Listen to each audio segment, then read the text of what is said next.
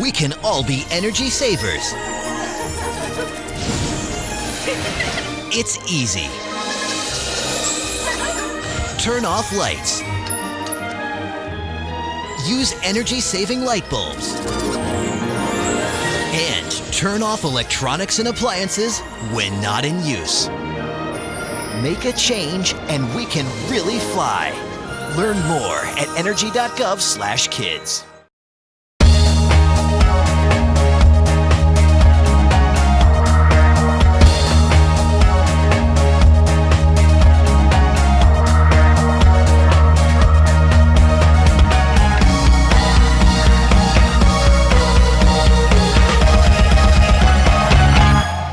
Welcome to Lancaster Perspective. I'm Mike Miller. Thanks for joining us today. My special guest is Shane Farnsworth, the Economic Development Director for Fairfield County. Welcome, Shane. How you doing, buddy? I'm doing great. How are you? Well. I'm on top of the world. You know me. It's the weather's outside. It's not real good today, but we have to have the rain. My grandma always told me we have to have rain. August will come soon enough. Yeah, it'll be dry in the fall. It'll be so hot people will be complaining about it. That's right. It'll be hot and muggy then. You've been the director for just about a year and a half now. Mm-hmm.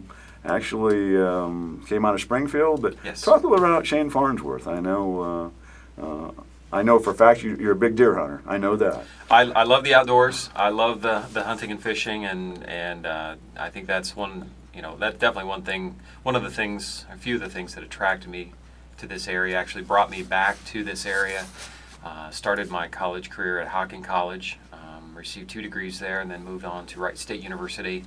Got a 3rd degree at Wright State, but it's always been a great area. Kind of that transition between a very metropolis area of Columbus to the hills and the foothills of the Appalachian Mountains into southeastern Ohio. So it's kind of the best of both worlds to get that. So hunting and fishing I enjoy, and enjoy the outdoors, and it's a lot of fun. When you first were interviewed for the job, and you talked a little bit about just coming, to this area, but what intrigued you about being the Economic Development Director for Fairfield County? That's a good question. Actually, I was at a point in my career. I had worked with Clark County government over in Springfield, Ohio, for just shy of 11 years. And kind of was at a transition, kind of a crossroads in my career at that point, and began to look at Central Ohio. This area is continuing to grow, prosper. There's a lot of opportunities, and saw the position, and I thought, well, I'll throw my name in the hat for consideration and hope to get an interview. Well, not only did I get the interview, but I ended up getting the actual job. Some of the things that impressed me of this area is just the attitude, the approach to the work ethic, and the approach to working together as a community, kind of Fairfield County community as a whole. Right. And people aren't afraid to cross political lines, meaning whether it's Republican, Democrat, or it is a county line or a city corporation line, being able to work with that neighbor, being able to work with a county next to you to help either attract a business or to try to solve a problem. And I found that to be very, very refreshing when I moved to this area. And it needs to be pointed out, Fairfield County is a little different in that we have some other economic development directors that are within the county that you coordinate with, and even a couple cities have their own. Talk a little bit about that partnership. I know that Violet Township has Joy Davis, and Canal Winchester has Chris Strayer. And talk a little bit about that partnership, because you talked about working in partnership with everybody within the community. Yeah, I think probably most people are familiar with jurisdictions that they tend to say, this is our area, and we're going to do our thing, and not play well with others at times. This area, which I found was very refreshing, is that the economic development officials, and even just economic development in general, even though jurisdictions can disagree on issues, we can all agree on economic development. And with that, the different jurisdictions have found ways to collaborate, to partner, and really to support each other on projects.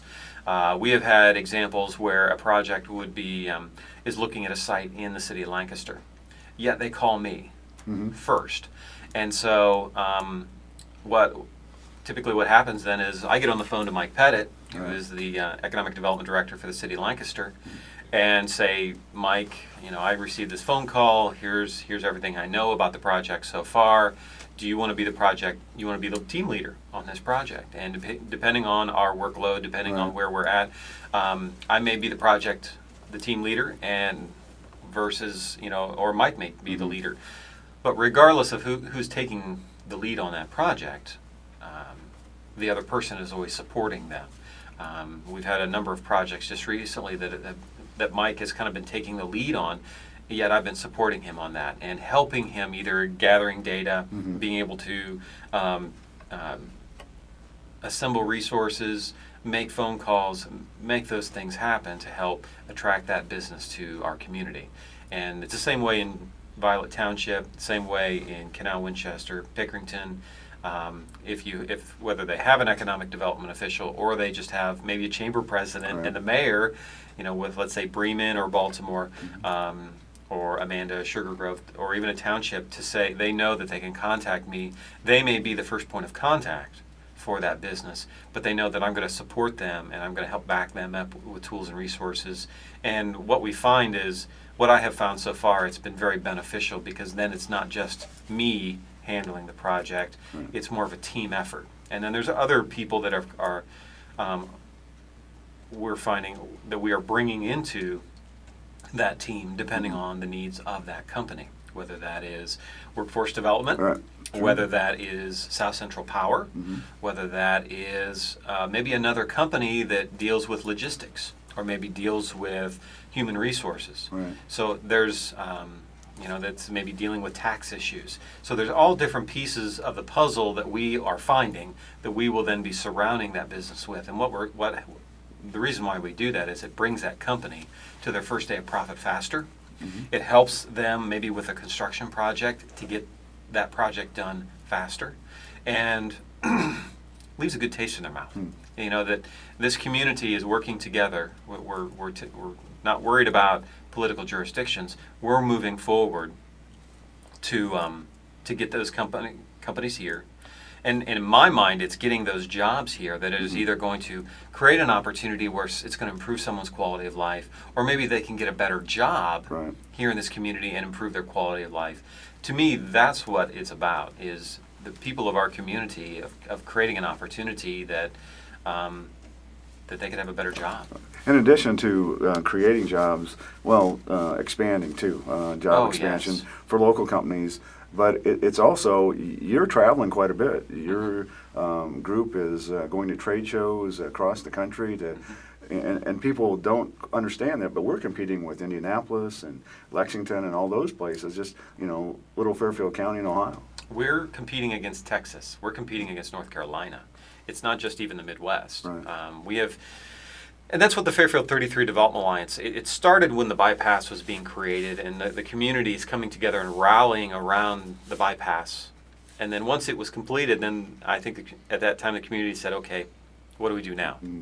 And out of that came the Alliance, and it's a non-for-profit created just for business attraction. There are public funds, there are private funds coming together. It's just for business attraction. And so through that, we're talking with companies, we're talking with site selectors, and different consultants that deal with that decision-making process of where to move a business or to expand a business, maybe a new operations. Where are we going to locate them? Site selectors tend to be, they're a consultant, we're a company that we know we want to move into the Midwest, and we know what we need, but we don't know where to look. So that these consultants are hired to find those locations, and they tend to be very cloak and dagger, very secretive. They don't, and it's funny because we've had site selectors in Fairfield County that have come to visit. They don't even want people to know who they are. I mean, it's very. What do sometimes they look, it's kind of funny. When somebody contacts you, what are the first couple things they talk about? School system, transportation, workforce. What kind of questions do you get? Kind of the top three questions is available sites and buildings. What do you have? What is the different kinds of incentives, and then quality of life. And quality of life is kind of more of a broad category, but they want to know, what are our schools like? what are our parks and museums like? What are our festivals like? Because a number of businesses that we talk to are going to be hiring a very highly skilled workforce. And they want to make sure that they can attract those kinds of people to Fairfield County. Sure. There's places that on that state up north, they'll give you the world. They'll give you everything to get you to come and locate in their state. But there are areas, great, the company's there, but nobody wants to work for you because you're out in the middle of nowhere. It's interesting because I read someplace, it's been a while, but their budget for the state up north is a lot more than what Ohio is spending on economic development. And what it's when you look at the bigger picture, you see that they're giving you different incentives up front, but then when you look at the tax rate, we're in a much, which is more long term. You're going to get a much better deal here in Ohio. How long does it take from initial contact to you to building a facility if they want something built? I mean, in average, I guess 6 months, a year, 2 years. Last one we did was. The first meeting was in end of March, and they were fully operational by the end of August. And that's with a 20,000 square foot expansion. When they announced that they were coming in the end of June, Right. 60 days later, a 20,000 square foot expansion was built and fully and within another 30 days, their equipment was installed and they were Right. delivering product to their customers. And that was Serigraphy Richford. Right. Some happened very fast. I've been working on a project with a air EMS evacuation company. They do like life flights, Right. and it's a company and they have helicopter bases around the state of Ohio, and it's a physical distance between bases, so their service areas. And I've been working with them. Well, we're hoping to be able to finalize that and make that happen in Fairfield County this week. So some take years, and what we have found is it's about relationships, building those relationships. In fact, right now, Chris Strayer and Mike Pettit are in Albuquerque, New Mexico, at the Industrial Asset Management Conference, which are those company presidents, which are those site selectors, and they're meeting with these people and developing those relationships and continuing to foster those relationships, because those consultants know, oh yeah, I remember, we're looking in the Midwest. I got Mike Pettit's card. I'm going to give you a call. I'm going to give Mike a call. And we've had several of those where we have met with people last year, or we met people the year before, and now we're getting a phone call to say, I've got a client. Here's what they need. What do you have? Exactly. And you, again, a year and a half you've been here, you've brought quite a bit of business and a lot of contacts in. We talk about the local level, and but also there's a state level. And the state offers some programs that can help you out, but I have to imagine that it doesn't always A fits B all the time. It doesn't, and I think that's one of the reasons why we're seeing all of the conversations on Jobs Ohio, and why the Governor Kasich is wanting to move portions of the Ohio Department of Development, really with a lot of the business attraction, from a public entity into a more private entity. And I think the reason why is, we're seeing that it's modeling the Jobs Florida program down there, which is giving those regional directors, let's say there'll be one that's going to cover Central Ohio. It's going to empower that director, that official, and give that person the tools needed, that they can sit down with a company and say, what do you need? What specific to your company? And give them the authority to say, okay, here's what we can do. And give them a black and white number. Because one of the challenges Ohio has is some of our programs are more performance-based, meaning you build it, you get the tax break. If you hire people, you create the jobs, you may get could get a state tax break. If you hire them, you get it. If you don't, you don't. But we also have a number of other programs where you have to fill out a financial assistance application, which is 10, 12 pages long. Fill out other applications, go before a board, present your case, let the board review it, and then maybe get that. Well, to be able to move at the speed of business, those numbers are going to be gray. Okay, if we get a job creation tax credit, but we have to go through this process, well, that's gray. That number we don't know. These numbers over here, we know they're black and white. And so, the chief financial officer, the CEO can look at that number and go, I can incorporate that into my development plan. That's the challenge. That's the competition why Texas, the Carolinas, and other states are our major competitors, is because they can sit down and say, here's a piece of paper, and here's what we can do for you. Then they come to Ohio, ask the same questions, and Ohio says, here's what we can do for you, and here's what we think we can do for you. And they turn right around and they can drive back down to North Carolina and say, where do we sign? So those are some of the challenges we've had. But what we find is every lead is different. We have one that may be a heavy utility user, and the other one may be heavy on quality of life.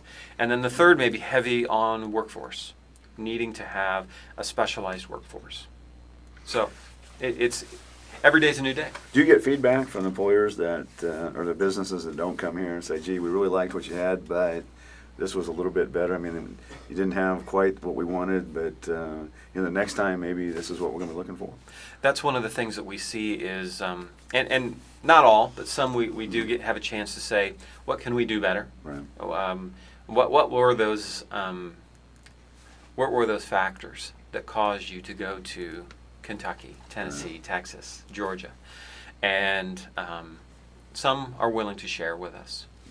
And I understand it's a business decision, and we kind of preface it that way so they don't feel like, oh, I'm taking it personal. Right. Let's move forward, and how can we be better maybe for that next opportunity? And that's one of the things is they can tell us what they are going to do for us. Ohio is telling us what you may be able to do for us. And our community, we've been able to move very quickly. Saragraph Richford is a 20,000 square foot expansion in 60 days. U.S. Corrugated was about 150,000 square foot expansion in, I think it was 6 months. So it's not we can talk the talk. Sure. We can show you. Right. Here's what we've done. And we can surround the permitting agents around that project to help expedite that. That's another resource that only we can produce, and we can show you. And that's a real advantage to our area. We're talking with Shane Farnsworth, the Economic Development Director for Fairfield County. Website? The Fairfield County Economic Development website is businesscounty.com. Pretty simple. And then with the Alliance is fairfield33.com. And both of those obviously are linked in together, but a couple of really good resources here locally. And located in the courthouse. Yep. Top of the hill. 210 East Main Street, 4th floor. My room is Suite 407. We're up in the Bat Roost. The Bat Roost. And which is Been there. Just get to the top floor and you can't miss us because there's just a few offices up there. We've talked a lot about incoming companies and outside Ohio, but within Fairfield County, there's a program called Revolving Loan Fund, which is a pretty good opportunity for businesses. It is. It's there are a few revolving loan fund programs scattered around the state of Ohio, but honestly, ours is probably one of the largest, and our success rate is very, very high. It is gap financing, which means if you're a local business here in Fairfield County, you have to be located in the county, and you have less than 200 employees. What the program does is you go to your bank and you say, I want to expand my business, or I want to start up a business, and here's my business plan, and the bank looks at it and says, we love it, but we just can't fund your total request. We may be able to come in and fill that gap. At a pretty reasonable rate, too, if I remember. We are 4% fixed. There's no penalties for early payments. There's a lot of flexibility with us. Our focus is this. Our focus is not to make money on it like a bank. Our focus is to be able to loan money out at a low interest rate to our local businesses and to help that business get started, keep more money in their pocket, and then when that money, that loan gets paid off, that money is going to go right back into the community. That's the community's money. My office, we're just administrators of that money, and we've got funds available right now that's available. We have 2 pots of money that we can draw from depending on your location, and they're great programs. And we can partner with the Small Business Administration Right. and a number of other programs at the state and federal level that that we can layer these on top of each other and make the best business decision. Help you as a business owner make the best decisions for you. Keep more money in your pocket. Any amount, like $2,000 to $200,000, or? Our minimum loan amounts just with the paperwork is about $5,000. And again, we can do up to either half of the project, up to $100,000 of loan that we loan out. The other pot of money is we can do up to a third of the project up to $100,000. So, and the reason, there's some bureaucratic issues, Sure. but we'll definitely look at where you're going to be located and which pot is best. And we have areas like Baltimore; they're eligible to access either pot of money. Right. So you could have either a third or half, and then so we usually have $5,000 minimum of our contribution up to $100,000. Is there a limit on the number of loans you can get?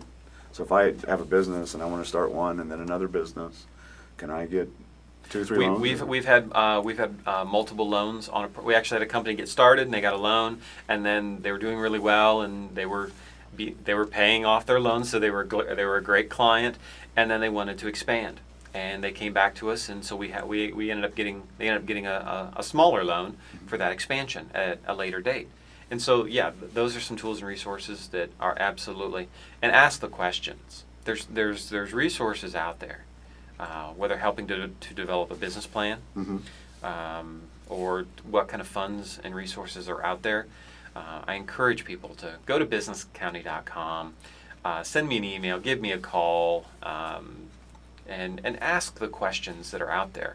Is there workforce training money? Right. I've got a great employee, but we're wanting to move that employee up through the ranks, but we need we need to invest in this employee.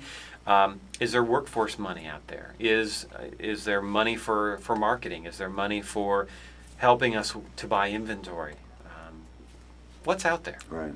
And we encourage you to ask the question. Now, the loan themselves, are they for capital equipment, or are they from programming money, or?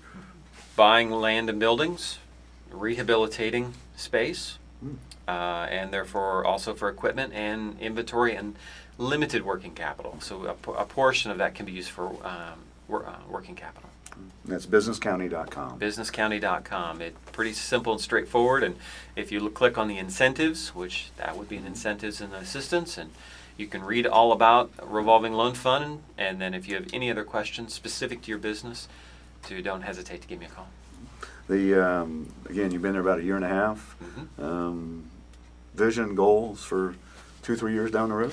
Definitely moving forward, creating more jobs for this community, really beginning to focus our industrial areas from Canal Point up along Diley Road to looking at Rockmill Industrial Park, the quarry area, even looking at the airport and looking at the potential with some aviation-related business attraction efforts, and really beginning to diversify our manufacturing and our industrial areas where you have options. Right. And that's really what it is because as we see different leads that come in either to us or through real estate agents or through the state or through the Alliance, is we're seeing some common themes, common requests. And we want to make sure that our products are meeting and reflecting the needs of these opportunities. And being flexible, being responsive, and knowing that, well, yeah, we can build that. That can be built in 6 months. Sure. Or we can. That's absolutely. We can do that in 8 months. And if you don't believe us, We'll do go it. talk to this plant manager that happened. So don't take our word for it. Right. And we'd be happy for you to talk to them. It's those kinds of things. But also, as you come in asking questions like, well, how's your product being shipped, and how we can get you connected with area companies to help develop and maybe create some good business partnerships, maybe save you money, and increase your productivity and your response time to your clients. Products that aren't very exciting, but like the transload facility that will be done second quarter of this year. In essence, it's a rail spur. Right. It's not very exciting, but from a business, from transportation and logistics, whether you're bringing in your base products or you're shipping out your finished products, One company that's already signed up for that is Westerman Companies out in Bremen, and the transload facility is going to be off of South Ewing Street. That's going to take 600 semis a year off of Main Street. Wow. So wow. if you're downtown at Four Reasons or the Cottage and you see all those trucks, think about that. 600 trucks a year. That's almost 2 trucks a day that's not going to be coming through downtown Main Street because of that transload hub. And we already have other businesses that are their trucks for delivery, or receiving is already coming through right down Main Street. Are going to be taking advantage of that. It's $100 a rail car. You can't get any better than that. Your rail car is delivered, you go over, you unload it, and a rail car, depending on the products, could utilize up to 6 semi-loads of products. So that, to me, is there's real cost savings, not just for the manufacturing, but even some of our farmers, some of our specialty farmers that are dealing with different kind of products. They're very much interested in how can we utilize this transload hub. Again, $100 a rail car. Right. Real easy to do. There's a lot of stuff going on. I mean, there's a lot. There is. And we do appreciate you coming in. And I know, like I said, you're a big deer hunter, basketball fan. You into NBA basketball? You want to pick a champion for this year? I'm a hockey fan. Hockey fan. I grew up in northwestern Ohio, about a half hour from that state up north, and about 5 miles from Indiana. And I grew up with the Detroit Red Wings. So big fan of the Red Army. Yeah, I'm a Dead Wing fan, and I enjoy watching the hockky. So you want to pick a NHL champ? You want to? I'll tell you, Vancouver is that's impressive right now. But got to go with the Dead Wings. They're struggling right now. They're down 2 games, but they're going to come back. They're going to come back. So. Well, we appreciate taking time out of your schedule. I know you've got a lot going on, and you came from one meeting and off to another one. And again, we're talking with Shane Farnsworth, the Economic Development Director for Fairfield County. Again, Shane, we appreciate it. And thanks. Thank you for inviting me. Maybe we'll hit the golf course this summer. If it dries out. If it dries out. If not, we'll put a little. Mine will be in the pond anyway. We'll put little waders on the ball, and it'll be fine. It'll float. You got it. Appreciate it very much. Thanks, Mike. Thanks for tuning in today on Lancaster Perspective. I'm Mike Miller. Again, remember, until we meet again, let's make a difference.